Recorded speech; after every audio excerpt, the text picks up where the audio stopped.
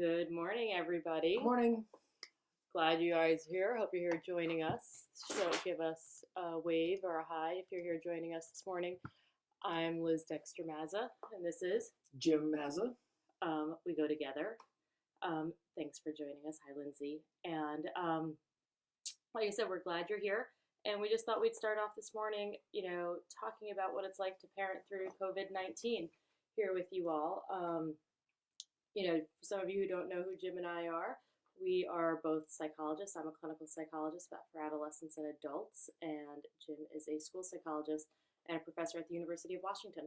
So we've been talking with lots of friends and over the last week or two as just what it's like to parent during this time and work at home during this time and do our jobs during this time and be partners during this time and all the things. I've had days where I've been the school teacher, the school nurse, the school janitor, the lunch lady, and all those pieces together. And it's been exhausting. And some days we're getting it right, and sometimes not so right.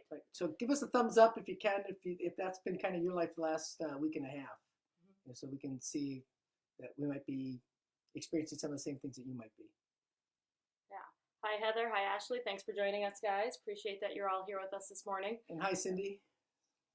As we kind of go through this, we've been just talking with lots of our friends, trying to figure out how do we keep the kids entertained during all of this while, not letting them have the school slide on it. One other thing for those of you just joining us now, I know some of you, just to tell you, like, the one other thing that Jim and I do, that's where we're coming from. A lot of this is how we teach social emotional learning to our students. And that's been a big piece of what we've been trying to think about in the last week. But let me tell you just kind of my first thought in the number one lesson we have learned over the last week. And that is about figuring out what schedule works best for us and our family and our kids.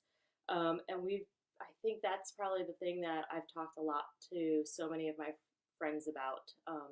And even just some professional consultations I've been doing with people on this idea of how do we get too rigid or too loose. And so let me tell you just a little bit about kind of the scenario we're in with schools and the different scenarios I've seen with schools over this last week. We have some schools who moved in our area, we're in Seattle, that moved right into online school almost 3 weeks ago, where the teachers are just running the day with classrooms classroom videos over Zoom or other platforms, and those kids are just, in school, same hours, teachers running it. And that's been pretty doable for some parents that I know. And then on the other side of the extreme, we're in Seattle, where we have Seattle Public Schools, and I think they're working on shifting this, but they were on no assignments, no schoolwork, nothing required or mandatory, and those parents trying to figure out what to do. And then I think we go to a small private school that has kind of been in the middle for us in that continuum, in that we were first given 2 weeks of assignments for the kids to fill out during the first 2 weeks before we knew, within 5 hours that it was going to be 6 weeks and potentially longer, are being given just a bunch of assignments of what they would regularly be doing at school and need to complete all those assignments and turn them in from home. Yeah, so it's been a change. Many of us aren't professionally trained to be elementary, middle school, or high school teachers. We have to switch our roles from being a parent to a teacher, and often our kids don't make that shift as quickly as we do. So when 9 o'clock rolls around in the Mazza household, we go from being mom and dad to teachers, and the kids aren't making that shift as quickly with us. And so before we begin with that, I just want to say that this is really hard. And so I want to do some what we call validation, to recognize that having kids home with us, having a spouse home with us at all times is really not an easy thing to do. And so it's been difficult for each of us, even with being both child psychologists. It's been a learning curve, and it's steepest at the beginning. And so I want to validate that, yes, it's hard. If you wanted to wring the neck of your partner or the neck of your kids, so did we. And so it's really hard that way. And so we also wanted you to say, hey, I've got to give myself a break. I'm not used to this. This is all new. So please give yourself some degrees of freedom, a little bit of slack here to learn this along with your kids, because they're having to learn too that you can be a parent and also a teacher. And so I just want to put that out there that yes, this is hard. Yes, it can be a struggle at times. And yes, you can get through this. Yeah. So thank you for saying that Yeah. because I'll just tell you that Jim had to send me to my room on Sunday for to take a little nap, to what we call a mini vacation, to take a break because my irritability levels were just up, and I was just snapping at the kids and getting frustrated with them, and so even just that piece, having a coach, having a support person, as much skills as we have, sometimes we need reminders that sometimes our emotions can go high. So we are in this with all of you. And if you don't know, I just realized our kids we have sixth and seventh grade boys and a second grade girl, and that's where we're trying to parent and educate across all three of those. Um, and so, kind of back to the schedule, and please feel free to ask questions. We're going to try to follow and see what questions you guys have as we go through this. The thing that I realized we started with last week when we realized, okay, we've got homeschooling, we've got all these assignments we have to do, that we have to turn in, you're going to get graded on them, is that we tried to make a school schedule.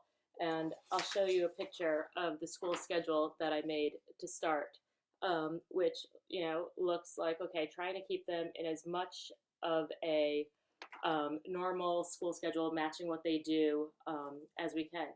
And we did this for the first day last week for us was Tuesday, and we just tried to let it go free form, just try to get your assignments done, and that didn't work so well for the kids. And so by Wednesday, Thursday, we had this schedule where we were just like trying to hold subject periods and walking through it with all of them. And that worked for the first day and a half, 2 days. But I'll tell you, by the end of the day, we were all exhausted. And what we figured out was that we actually couldn't get the subject work done within the period of times that we had. And we were just felt like no projects were getting completed. And then Friday was our daughter's birthday, so we only had a partial day of school. It's a school holiday it at was the a Mazza school house. holiday because we could do that because we are in charge of the schedule. So just a couple things got done that day. And then on Monday, I decided to make a shift again. Like, let's just work on assignments and let's just try to get projects done. And that worked really, really well for our seventh grader who was able to self manage, and he's just rocking through the assignments. And in our family discussion at the end of the day, what happened for the other two, they're like, that didn't work at all. All I felt was like I only got two things done and I didn't have breaks as much, and it was hard to stay on one topic for so long. So we realized, okay, so one can get through assignments and that's really helpful, and the other one it's not so helpful for. Realizing that we can't have a one size fits all in this new school from home project we're working on. So we shifted back to doing the schedule, but we can't stick straight to the schedule because, for example, our sixth grader who's doing math, he spends about 20-25 minutes of our math time just watching videos on Khan Academy and trying to learn what the concepts are and learn what the math is. And then he's got to do the assignment, which takes him another period of time. And for us, we get into the struggle of how do we get him to slow down? How do we get him to show his work? How do we get him to not make simple calculation mistakes? And then we have to go back and fix him. He has to do it again. And we've been getting into these heated struggles around getting him to slow down on that, which is something we've been working on for a long time. And, that's where a lot of emotion dysregulation comes in on his part, on our part, frustration. If you sit down and do it right the first time and take your time, it won't be so hard. And so we're finding that balance in all of it. Right. So none of us want to be telling our kids they're getting something wrong in work, right? I mean, we're the parents that are supposed to be non-judgmental and genuine and loving them, and then to be in the teacher role to say, well, that's not right and that's not right. Even Grace, who's a second grader doing spelling and learning clock, she was like, well, that can't be, and just having some meltdowns. You feel awful as a parent. You're still on the patient side of learning what an analog clock looks like. And so it's been hard on our emotions. It's hard on their emotions. And so that's really been something that we're trying to figure out the balance of. And so, every once in a while, we need to just take a step back and say, hey, right now, these tears aren't worth it. We give them a hug and we say, we're doing the best that we can. We're not trying to say that you're wrong as a person. We're not trying to say that that you're not very smart. What we're trying to do is help you learn, which is hard for them because they've had somebody who's been very objective, who's trained in doing that. They've been able to provide some of that instruction, and then maybe they provide it in a way that the kids can hear better than we can. So we're left sometimes feeling like we're the worst parent. Anybody else feel that way besides us in trying to teach their kids? Okay, great. Yep, So yep. thank you. We've got a couple of you saying Yeah, that. Yeah. and it kind of undermines our own sense of being a good parent, where we're asking to be a parent plus an educator plus whatever we have to do on our other jobs, right? It's not like our jobs go away either. And so trying to manage all that's been quite a juggling act. And for some of us, we fumble those balls, and all of us do. And so here's one thing that I can also say too is that I've had to learn to be more receptive to feedback. So when Liz will say to me, "Hey, you're being too grouchy," or "You're coming on too strong," instead of saying my usual "No, that's not true, just leave me go," I have to go, "Wait a minute, this person's coming from the outside."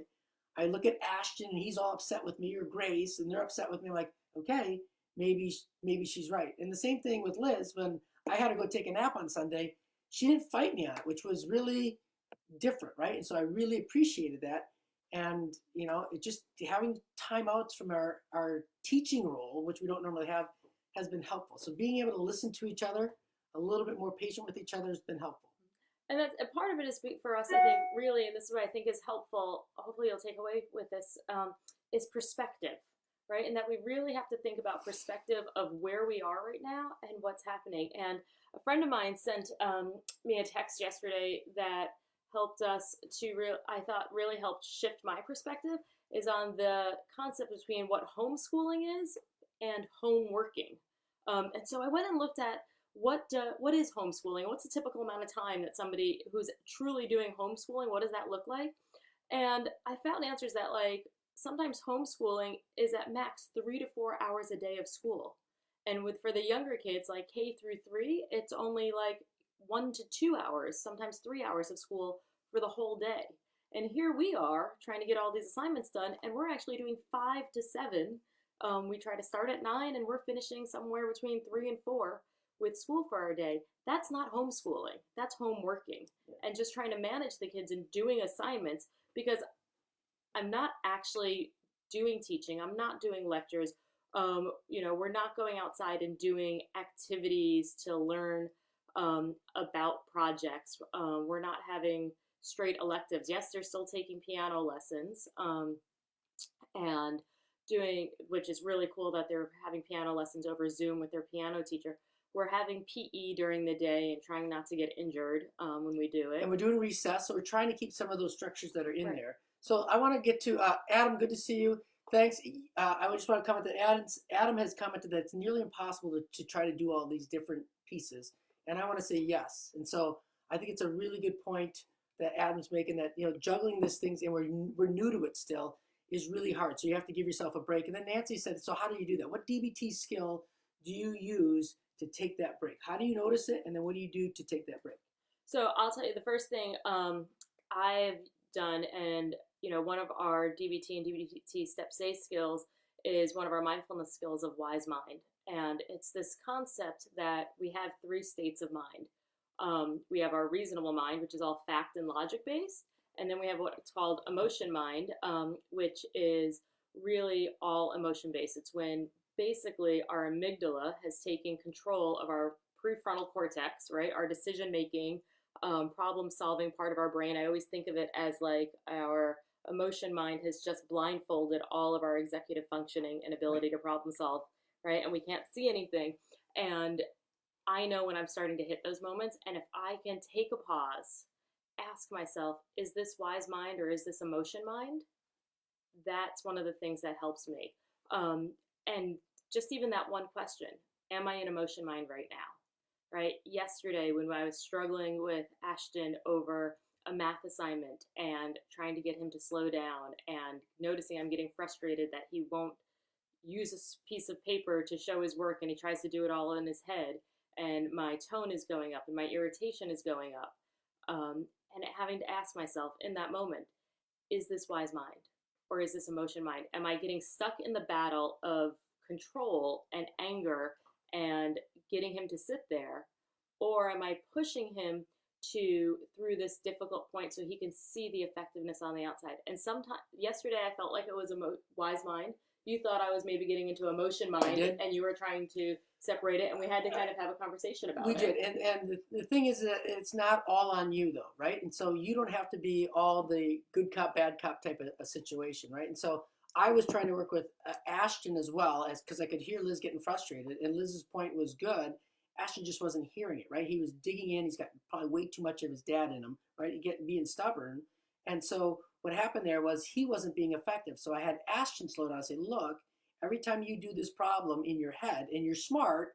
You get the math right and you make a careless mistake that it's in your head and then you don't know why the answer is wrong. So it takes you twice as long because you're frustrated it's taken so long. It takes you twice as long because now you have to go back and change the answer. So why don't you do what's effective first? And it took him a while to understand that what was effective was having to do the scratch paper, which he initially didn't want to do, and that was Liz's solution. So we had these two kind of doing this. And Liz can learn skills, right? And I'm like, okay, you're kind of getting emotion mind. And Ashton over here, I'm like, Ashton, you can also take a break here and learn to do what's most effective for you. So once we can get both people working on it, we can start to go this way more. Yeah, and I'd say we also say to Ashton, like, are you in emotion mind right now? Are you getting stuck? You know, he understands what emotion mind is when his emotions control. He also, you know, gets stuck in kind of fixed mindset of it has to be only this way and gets rigid there. And so it gets pretty, what we say is non-dialectical in this all or nothing. It has to be my way, not your way.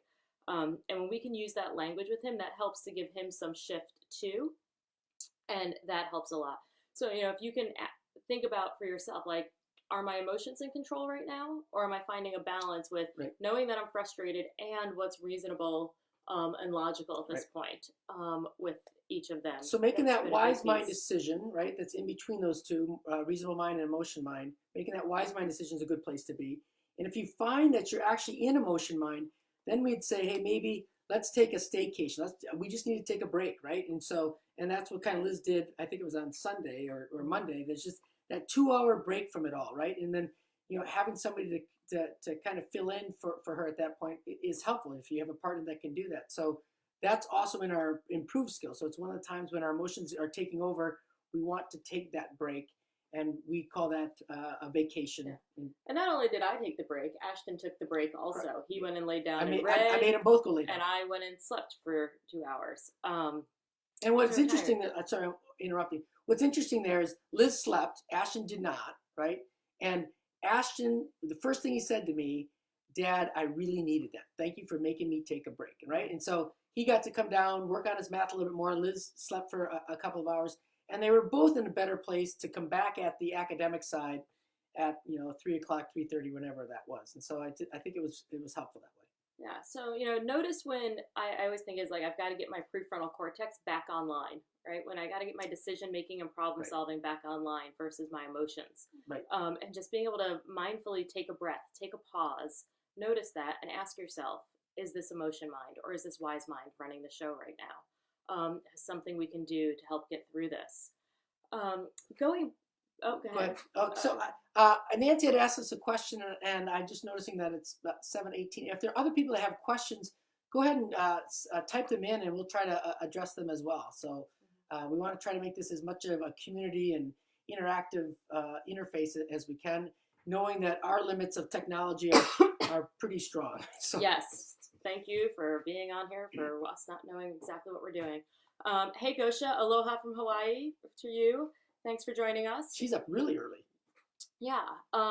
You know, I want to just go back to this concept of homeschooling versus home working. And I want you to give yourselves a break and give your kids a break and figure out what works for you. You know,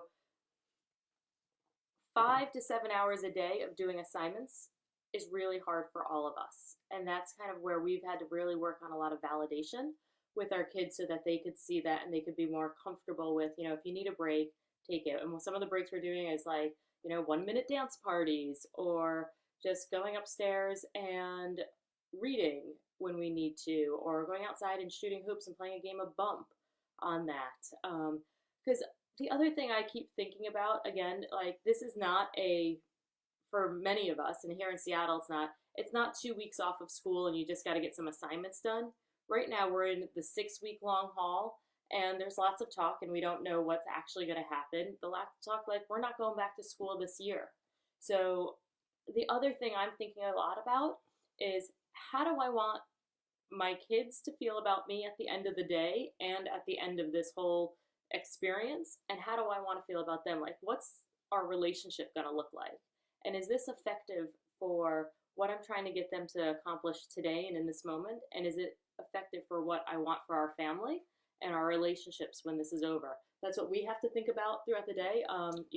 How many of you are, trying to home work, manage your kids at home while also trying to work from home?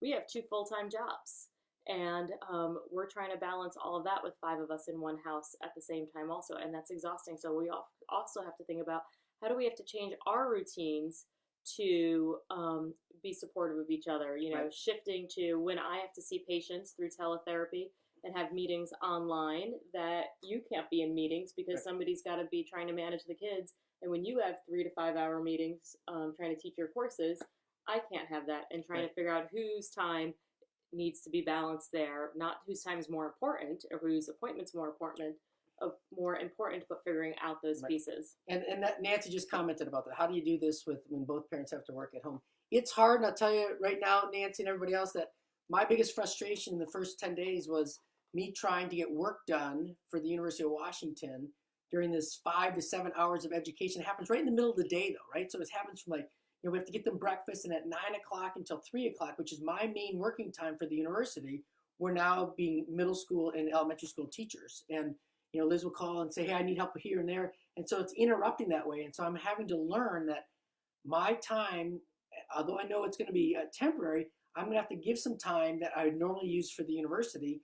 And so I'm getting up earlier in the mornings to get some of my email time in, and I'm working a little bit later in the evenings to kind of answer other email. And it's a flood of emails now that we're doing online schooling at the university too. And so it's been a shift, and Liz and I have sat down to come up with each other's schedules to say, okay, when am I on versus when are you on? And then when I'm on, I'm out in basically our dining room. We have all three kids at a dining room table. Liz gets to come into this different room, this separate room, close the door, and she's on, right? And so I take care of lunch then, and she's seeing clients or she's doing her work, and then vice versa. And so there are days when she's on, and there are days when I'm on more so, and that's helping to keep our sanity. And I feel like I'm still not getting enough done, right? So then I feel like, okay, I'm a failure at educating my kids. I'm a failure at being a good parent. And now I'm not doing well as an educator doing it for my University of Washington job. And saying, whoa, failure's strong. You're being judgmental. Use your wise mind. This is hard. Keep in mind you're new at this. Why do you think that you'd be a professional juggler, good at this, when you haven't done it before, right? And those are the good reminders that we need to kind of have. And I think a big part of that, just kind of bring that back to perspective, right? That this is perspective, that this is not life as usual. Life is different. And the idea of being able to come back and do everything just like we were doing when you were going into your office every day, or I had the kids at school every day, so I was working in my office, running our businesses, running my practice, right? That's all shifted. Everything takes longer, and being able to have that. I had to send an email the other day that should have taken me 3 to 4 minutes to write, and it took me 25 minutes to write, because being able to help somebody figure out what time the clock says within the elapsed time between one clock on another for an assignment, and then what is the area of a trapezoid, and watching 10-minute videos to figure out how to do that, right? That's all perspective. So we need to give ourselves a lot of kindness and compassion in all of this as well. And to our kids, because this is new for them and it's new for us on that. Somebody posted, thanks Ashley, you're feeling like the kids aren't actually learning anything and they're just doing busy work and starting to feel like this is all useless, right? And if we start thinking that this is useless, there's probably some reality to that. And so, that is part of that is going to be true. And I think one of the things I keep thinking about is I want to have them to have some structure and to try to decrease as much of the academic slide as we can during this piece. Like we always think of summer slide and what in June and September when they go back to school, and most of September is about getting caught up on that slide. that's what I'm trying to think about. How do I help them from not get into the slide?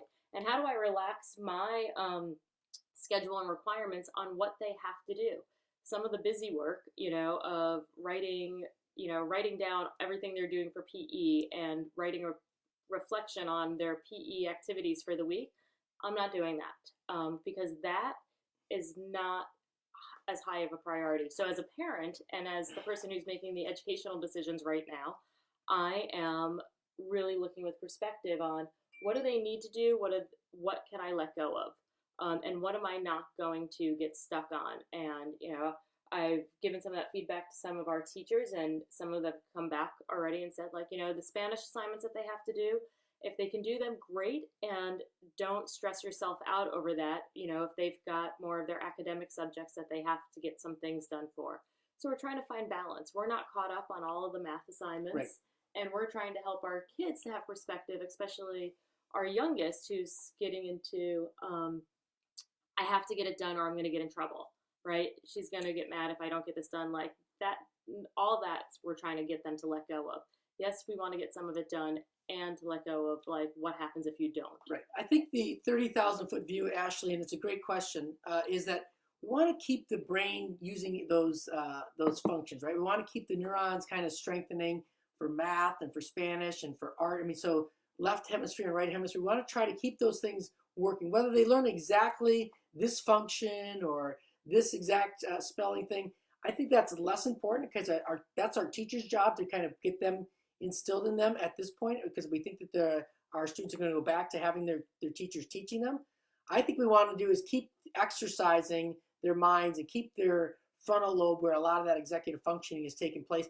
We want to keep exercising that and keep them thinking analytically and keep them thinking quantitatively and keep them thinking qualitatively, or just challenging them to do art projects or challenging them to do think about things in a different way. I mean, we're doing math out on the basketball court, making free throws and doing percentages and doing things that way, so that we try to keep the exercise intent there for the mind, rather than exactly knowing that the area of a triangle is 1/2 the base times the height, which I just remembered now because Ashton's doing that work. Yes, with all of the things of Pythagorean theorem we're working on. Yes, I just saw, and I don't know how to make it show up. There was a question that came through, I think from Vera, about validation. I couldn't see what the showing up on my stream. Um, and so, just do you want to just talk about validation for a little bit? Because Sure. that was one of your thoughts, Sure. also. So validation is the idea that you can see where somebody else is coming from. You can see how they come up with that scenario. That you can see why they're upset or reacting that way. And it doesn't mean that you have to agree with it.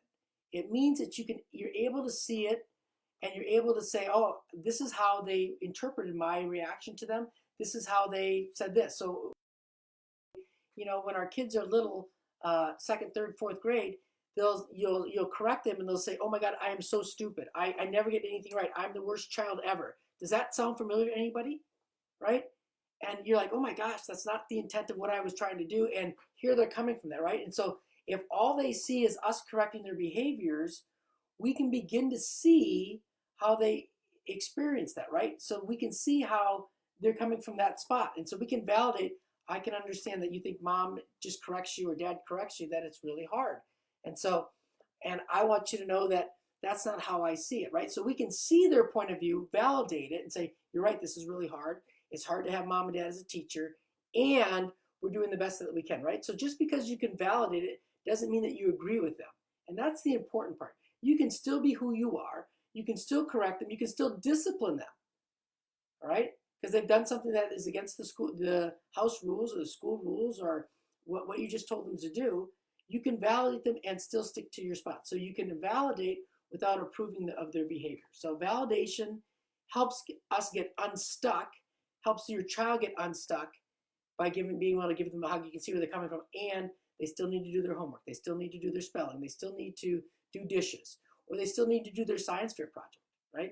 And so sometimes we get stuck and caught in trying to get something done, and I'm not sure that's effective. And we want to just validate. I can see that you think, mom's being mean or dad's being mean. And so, yep, I can see where you're coming from. That helps them get unstuck. It also allows you to be less rigid. And that's the part about validation. And so if you find yourself in this spot where you want to pull your hair out and you want to pull out the hair on your child too at the same time because that's where you are. You're just doing this. Just validate. Just that's the place to go to when you're like, what the hell am I supposed to do now? Validate. Just this is really hard. I see that you're struggling. You're a wonderful girl. You're a wonderful boy. You're a wonderful whatever non-binary child, right? You're a wonderful them. Certainly, just I love you. You're a great kid. This is hard. We're gonna get through this together. And mom and dad are trying the best that they can too. So let's be a team together because this doesn't feel good to me. It doesn't feel good to you. So let's be on the same side and let's work together. And so maybe you take a 10-minute recess break together and you have cookies or milk or you go out and play basketball and say, let's get a fresh start and let's be a team. Part of it is also just like helping them with validation, like what they're feeling makes sense and it's okay to feel those. We're not trying to make them feel better, right? That's the big piece. Like we want them to feel better, but that doesn't have to be the goal all the time. Like this is hard. This is sad. This is frustrating. You know, we keep hearing from our kids over and over, we have more work than we would have if we were actually in school, right? And the reality is yes. And that makes sense that you're frustrated about that. And, you know, we're working to find the balance on that and decreasing that from, you know, the school's working to figure this out. This is brand new for them. They've never had to send out 6 weeks of assignments and the teachers are doing the best they can to figure out what's realistic and doable. And we are figuring out what's realistic and doable for us on our side. I know we are at about 30 minutes, and so the reason we chose 7 a.m. for the time to do this, even though it's early for us, is because we soon have to start getting our kids up and getting them ready for the day. And this is just one of the things we've done, kind of going back to Nancy's question about, you know, what do you do when you have to work from home? We're getting up earlier right now. That is one of the ways that we have shifted our schedules, that we've got to get up earlier, get some of our tasks done before they get up and we have to get them breakfast and then get them started with their quote unquote schoolwork on all of this. And the other thing I think that I'll just say before we finish up, because we're so glad you guys are here, is that I think it's important to also recognize and identify when not only the school day is over for the kids, but when the work day is over for parents. Working from home, and this is something I've done for years and is also often really difficult, is to know when, just because I work from home and my computers are all around the house, there is a point when the work day is over and shutting that down, right? That you're back to family time. And the same with the kids, like when the school day is over, it's over and then it's back to family time, playtime, relaxing time, and building those family positive moments throughout your day. So if you can kind of really think about your schedule and how when you turn your computer off, your work day is done, rather than trying to keep coming back over and over to it again. So we've been starting our day earlier, trying to end it at a certain time as a piece for that. All right, so what we'd love to know from now is that, one, if you found this helpful, if two, you want us to do this again, some ideas. This is brand new to us, like how often we should do it. I'm thinking maybe 3 times a week. Maybe that's too much. Maybe we don't have enough to say. Or it's too little. Or it's too little. So please drop us some comments on what you think. We will, I think at a minimum, we'll come back. Today's Wednesday. We'll come back Friday morning and do this again. We hope you'll join us on Friday morning, and we'll see what other questions people have. Feel free to drop questions in the comments section also for different topics you'd like us to talk about. And if anything, maybe we'll just, if you don't have questions and we run out of topics, we'll just tell you about some of the insanity moments we're having in our house and what we're doing to get through them. Right, and then we'll also start to provide maybe some more skills too that we're trying to use with our own children, and we'll talk about some of the things that have not worked for us, right? And so, and what we've done to try to overcome some of those things as well. So yeah, just give us some feedback. This is our first time that we've done it, and so we'd love to be more of a resource for you and a kind of more of a community of us trying to survive COVID-19 in the multiple roles that we have. So thank you for joining our circus. Hopefully we can juggle together and then give us some feedback. Yeah, and by Friday we'll hopefully be able to tell you another thing we decided, since we get to make the kids' schedule. One of the things I added into our kids' schedule is on Thursday mornings at 10 a.m. They get their DBT Steps A social emotional learning class. Since we're in charge of the schedule, we get to put social emotional learning into it. And we're going to try to figure out how to live stream that class as well from our living room, which may be even more interesting. And because those Right. of you, every time I know I try to go into my kids' classroom and volunteer and teach them, they're like sometimes the worst behaved when I'm there. So when we actually try to do some teaching, we'll see how that goes. But we're going to put that out there because we want your kids to have some social emotional during this and skills for everybody. So we'll hopefully tell you how we're going to be able to do that on Friday mornings. Right, and that'll be designed for your kids. So we're going to be teaching the skills, hopefully that your kids will be able then to pick up, so that it's just not all you having to learn skills and the coping strategies. We're going to have your kids learn that too. So hopefully together again, we can come back to this way again. Okay, All right, thank you. And I love the suggestion of talking about some self-care for parents and what we're doing, and we will do that on Friday morning as a topic because we've definitely been working on that here together and then in our communities as well. So thanks for that suggestion. Thanks for joining us, everybody, and Share we your will ideas. see you on Friday morning at 7 a.m. Bye. Now I gotta figure out how to